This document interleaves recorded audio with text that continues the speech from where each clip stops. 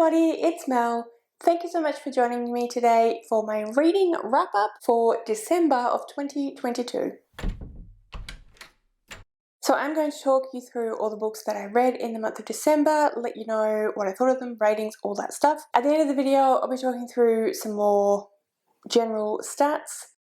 This will be the last time that I include my stats for the month in this video. It is going to go over to my diversity stats game video, which is when it was supposed to be, because it just makes more sense. And also part of the reason that I decided to do that is because, as you guys know, I do tend to talk a lot during wrap-ups, and by the time I get to the stats point, I just can't be bothered anymore. So I will still do it today, but it's going to go into the stats, diversity game as of January. So yeah, you'll see how that works at the end of January. So anyway, the way that I organise my wrap-ups is that I go through and let you know about the books that I read throughout the month in the order in which, basically, that I finished them and then wrote them in the journal, which doesn't necessarily actually translate into exact finishing order. It's just kind of when they went into the journal. So it's really quite random, to be honest. Anyway, yeah, so that is the plan for today. So to start with, we have Beach Read by Emily Henry.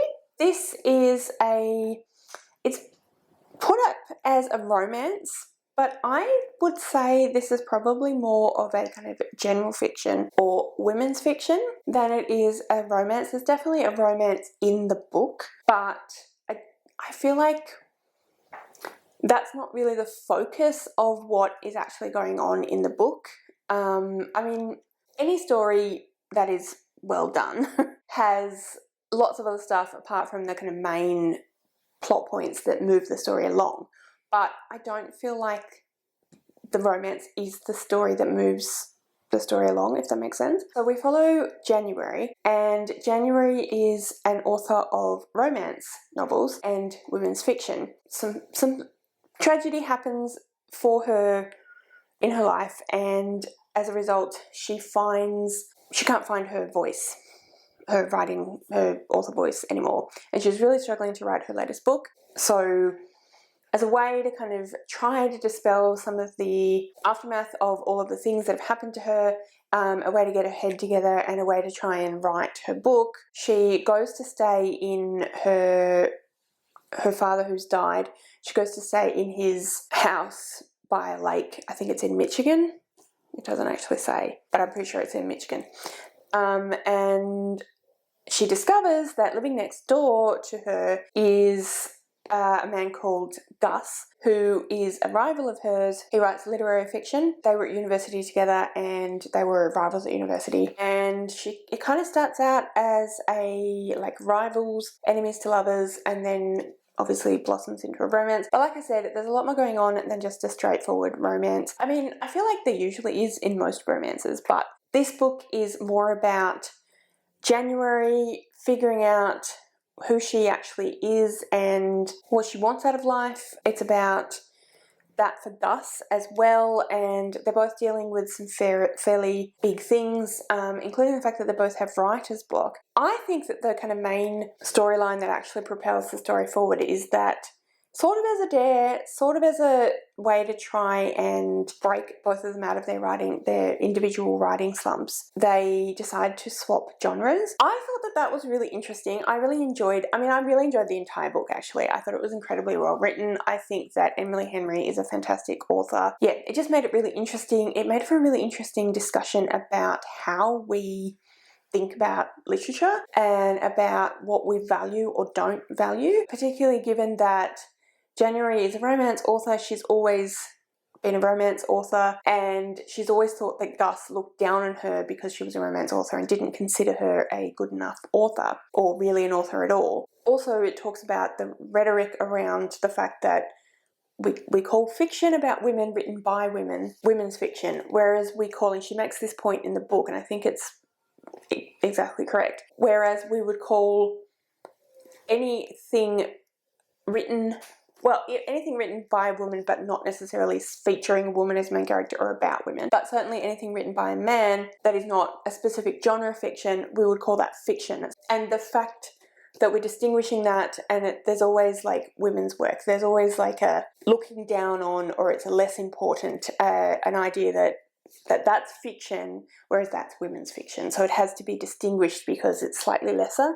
I think that opens up a really interesting conversation about those things. Both of them kind of learning about themselves and learning about the way that they think about the world and learning about what their expectations are along the way. And I just thought it was really good. I thought it was a really interesting vehicle by which to have those discussions, but also just to develop a storyline around, develop a story about these characters, yeah, like I said, figuring themselves out, but also developing a romance. And yeah, I just thought it was really well written. I really enjoyed it. I love the writing style. I gave this one, for anyone that doesn't know, I use Corpile as a rating system. This is a rating system put together by G from Book Roast. She recently put up her version 4, I think. Yeah, I'll link the video below so you can go and check that out if you want to, but I use Corpile as a rating system. It takes into account various different aspects of the book, of the story, including plot, character development, world building, different things like that. So for Corpile, for Beach Read, I gave this one 8.57, which works out to 4.5 stars. So definitely a fantastic book that I really, really enjoyed. The next book that I read was A Court of Frost and Starlight by Sarah J. Maas. This is a little novella. It is about 200 and something pages long.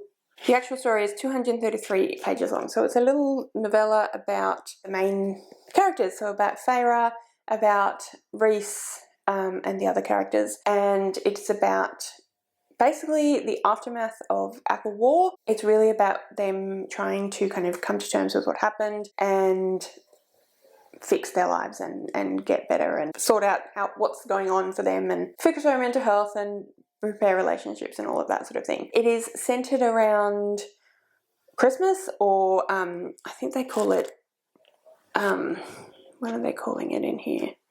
Winter solstice. Yeah, so it's a celebration when they give presents and yeah, that sort of thing. I enjoyed this. I read it for romance, seasonal I can't remember what it's called. I think it was just Christmas rom-com that was run by Brianna from Four Paws and Book, Michelle from Michelle's Library, and Aoife from Pretty Purple Polka Dots. I will link all of their channels in the description below. Anyone else I talk about will be linked below as well. But anyway, so I read it for that. I've been meaning to read it for ages and just hadn't quite got around to it. So I'm glad that I read it. I did enjoy it. I do enjoy Sarah J. Maas's writing style. I know a lot of people have issues. It's not like it's the best writing in the world. She's not the most fantastic author, but I enjoy it nonetheless. I think that she does what she does well. I was expecting a little bit more smut and a little bit less feelings, I guess, from what I'd heard of it, which is fine. But the main thing was that I just didn't feel that it needed to be its own separate thing. I feel like because she wrote another one, Court of Silver Flames, and I know that that is from Cassian and Nesta's point of view rather than Feyre and Rhys, and I haven't read that one, so I don't know, but I just feel like this could have been done in that or at the end of War. I don't feel like it needed to have, like, the important stuff that they try to fix themselves, the important, you know, trauma and the important dealing with the aftermath and all of that stuff, it could have been done in another book. I just don't know why this was, it felt like it wasn't necessary to be its own separate thing. It felt like it was more of a cash grab than anything else. So the story I enjoyed. I had no problem with the actual, what the contents were. I just didn't get why it was its own little book, basically. But because it's Sarah J. Maas and I do enjoy her, I like the characters in the main characters in this book, Rysand, Feyre, Nesta, Elaine, etc, etc, etc. I did give it a 5.71, which works out to be 3 stars. So it was still enjoyable. It's not like I hated it. I'm not sure why it needed to be its own thing. But anyway, yeah. And then we have Take a Hint, Dani Brown by Talia Hibbert. I really, really enjoyed this one. This is actually fake dating, which, you guys probably know, I don't really like. I am normally not a fan of fake dating. I am doing a reading popular romance vlog at the moment, and I have said a couple of times about the books that I'm reading for that, for the ones that I've read already. When I've talked about them in wrap-ups, I've said, I think there's been a couple, maybe just one, I can't remember. Anyway, I have said I don't like fake dating, but this one's okay. And that's the same with this. I think that Talia Hibbert did it really, really well. I liked the fact that the characters who were doing the fake dating were kind of aware that it was a ridiculous thing and that it wouldn't necessarily really exist in the Western contemporary world without a very specific reason, and I've discussed some of those reasons why it might be something that could occur. I mean, I know like a lot of tropes in books in general are unlikely to occur in real life, but I feel like this is a trope in romance that I find difficult to get behind, because I don't know whether it's just that I've never, or not very often and in the past, come across a well-written version of it, but I feel like this was a well-written version of it. The smutty, sexy scenes were really well done, and yeah, it was just a great time. I really enjoyed the characters. We follow Dani Brown, who is the sister of Chloe Brown. So this is the follow-on from Chloe, Get a Life, Chloe Brown. It is the second book in the Brown Sisters trilogy. So yeah, we follow Dani, and then we follow Zaf, I think his name is, Zafia, who works at the university where Dani works. So Dani is a PhD student in literature, and he is a security guard who works in the building that she is assigned to do most of her lectures and stuff in. They already had a friendship relationship. They already had really great banter when they sort of launched into this fake dating situation. I like the way that Talia Hibbert was able to write about two characters who have had a lot of hard stuff happen in their lives, had a lot of trauma, had a lot of bad past experiences that they're still trying to deal with. It's caused them both to have issues currently they're still trying to deal with. So Zaf has some severe anxiety. I like that it's Zaf who has the anxiety. Oftentimes it's the woman who has that type of mental illness, mental health issues. Anxiety is sort of considered a women's issue. I don't know why, but it was Zafir that has the anxiety, and then I feel like Dani doesn't even necessarily know that she has issues, or won't acknowledge that some of her choices and her current thoughts and behaviours are as a result of those issues and those trauma. But I like that when we started to break down some of those issues and those traumas and the reason why Dani was making certain decisions about her life and holding to certain ideals and stances, that it didn't have her at any point break down and say, oh, I was so wrong, I should have done X, Y, or Z, and oh my god, I bet, what was I doing, my life hasn't. She didn't do any of that. Yeah, it allowed her to come to terms with some things, to make some realizations, to deal with some things without changing her as a person and what she believes in, and why she made some of the choices. And yeah, I just thought that was really, really well done. It didn't undo anything about her as a character, I don't think. I feel like oftentimes in rom-com, romance type books, movies, when it's done badly, I feel like it's often a situation where when a woman is making a choice like Dani makes, where she's not going to be in a relationship, she just wants to have one-night stands, just have great sex, be done. Or when a woman is like focusing on a career and not a relationship, or those sorts of things, it ends up being because they've had all this bad stuff in the past and it's changed, but they really wanted a relationship, or the relationship comes along and it fixes them. And I don't think that's it. I think that yes, Zafir is the catalyst that causes Dani to kind of make some realizations, but it doesn't change her. I hope that makes sense. But anyway, as you can tell, I did really, really enjoy this one. I gave it an 8.29 on Corepile, which is 4 stars. The next book that I finished in December is a book that I actually started in November, and that is The Good People by Hannah Kent. I was a bit conflicted about this book. There are elements that I really enjoyed. I didn't necessarily love some of the elements. So this is a historical fiction and we follow a few different characters, but the main sort of 3 characters we follow, we have Nora Leahy, and at the beginning of the book her husband dies. She's looking after her grandson, who I think is like 8 or 9, or maybe younger, I'm not sure, but he is unable to walk, he's unable to speak, he's unable to really do much of anything. She lives in Ireland, she lives in quite a small kind of rural village. I think it's set in the 1800s, late or mid 1800s, and she believes that her grandchild has been taken by the fairies, by the good people, and that it's a fairy. In actual fact, obviously there are other things going on.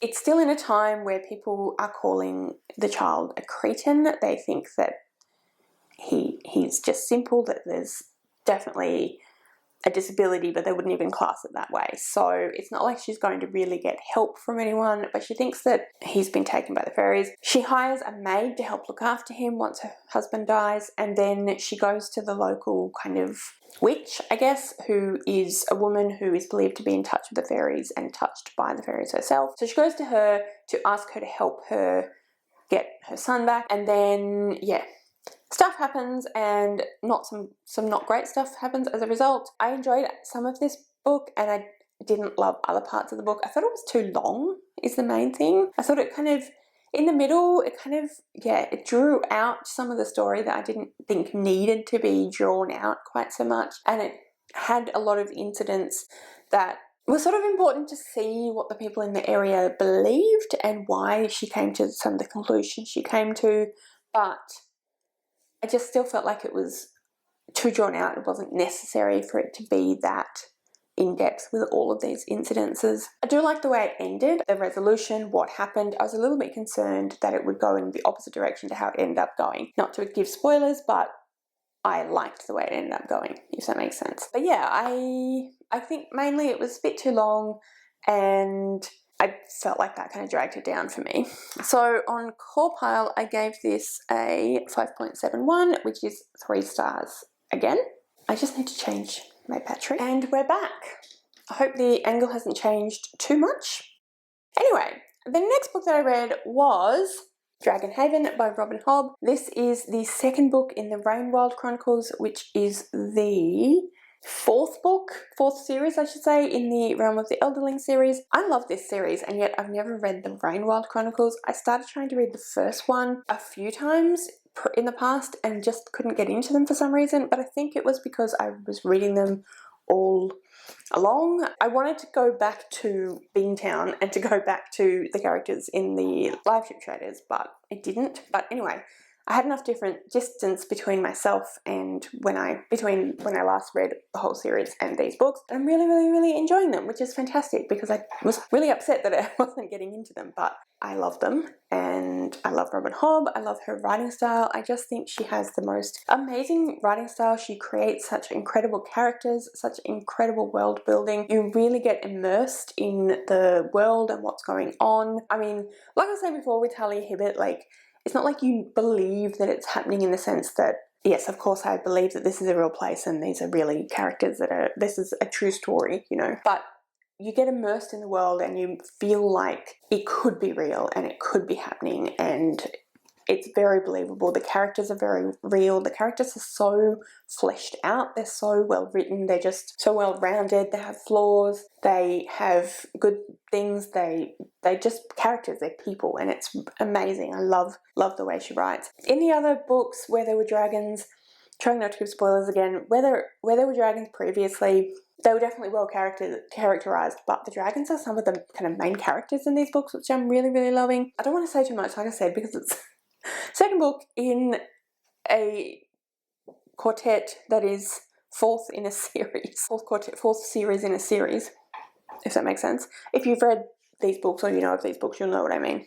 But yeah, just amazing, beautifully well written. I gave this one an 8.59, which again is 4.5 stars. But yeah, absolutely love this one. Absolutely amazing. Just love Robin Hobb. Can't wait to see where it goes. The next book that I read was Up on Horseshoe Hill by Penelope Janu. I read this for the Hemisphere Christmas Games. I can't even remember the name of the readathon that I created.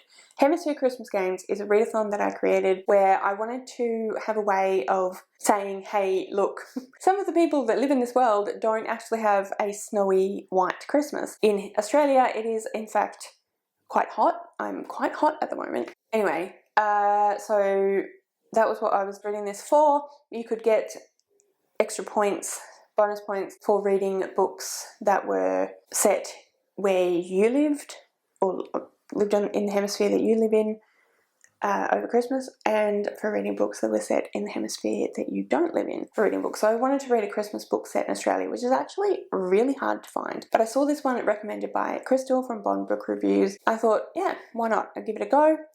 To be honest with you, I didn't really like this one. I gave it a 4.57, which is 2.5 stars, which is one of the lowest ratings I've given this year. I don't know if that means I'm too generous or if that just means I've picked some really good books. Not sure. But anyway, I didn't believe in the romance, and it is a romance, so I needed to believe in the main point of the story. So we follow a woman called Jemima, who is known as Jet, and she is dyslexic.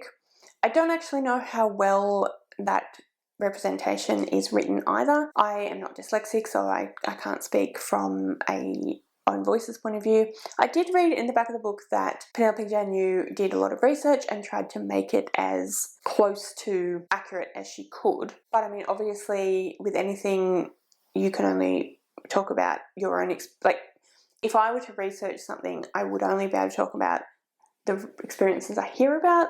So anyway, I thought that it was interesting the way that the dyslexia affected the character and the way that moved the story and how it affected the story. So I was more interested in Jemima and her storyline, and she had a lot of trauma in her past, she had a lot of loss in her past, and she was quite affected by that, and she was quite a loner. She was choosing to be quite a loner. So that was all quite interesting, but the romance, I just didn't buy it. Like, the way that she decides to dislike him or hate him, I mean, I guess people do that, but it just felt really contrived.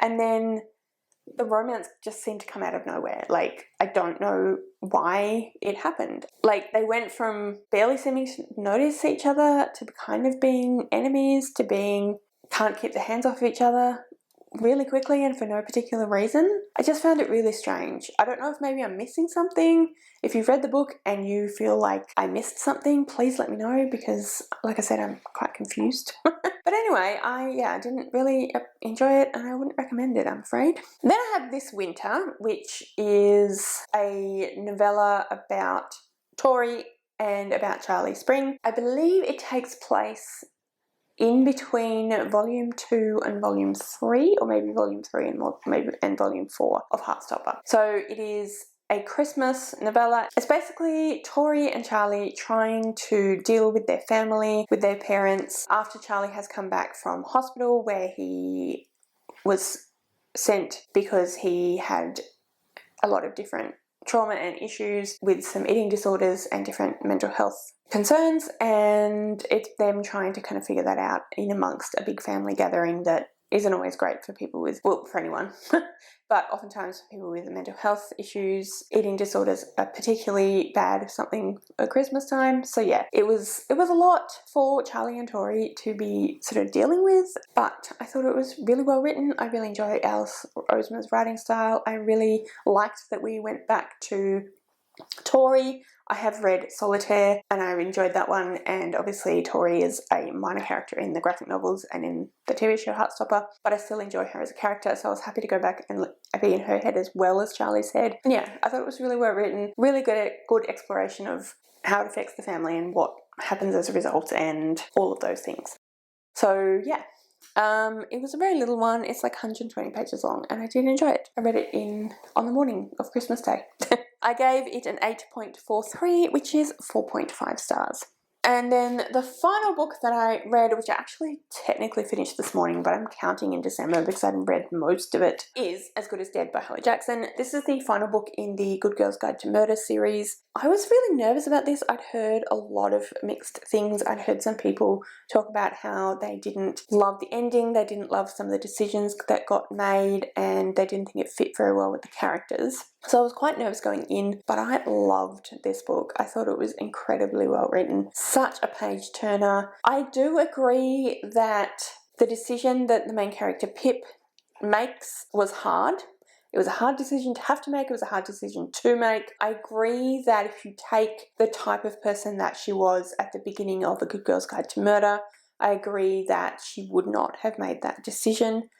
But I think given that everything that she goes through in the 3 books, now granted it's been a while since I read the other 2, so I might change my opinion if I read them closer together, but given everything that she goes through in the 3 books, what point she's at in her mind, in her psyche, when this book opens, I wouldn't say she'd made the right decision by any means, but I think that I understand the decision that she made. I understand how it happened, and I get why people feel like it's maybe out of context, but I don't, out of character, I mean. I think it was out of character, but I think at the time she made the decision, she was out of character. I think that it fit the situation she was in, the journey she had taken, the place she was in her head psychologically. I think it made perfect sense, the decision that she made. I don't think at any point does she think that she made a good decision. She thinks she made the right decision, or a decision that